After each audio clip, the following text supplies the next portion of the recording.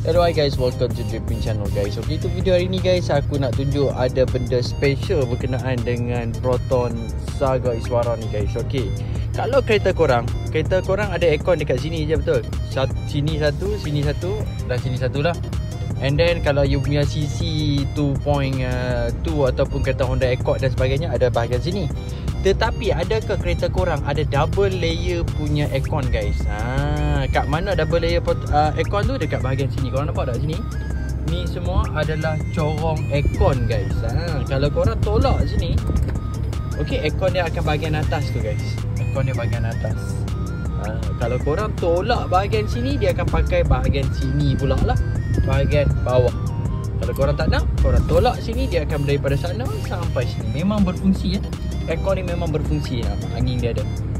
Okay, tu je berkenaan dengan Proton Saga Iswara guys. Thank you for watching. Have a nice day and bye bye guys.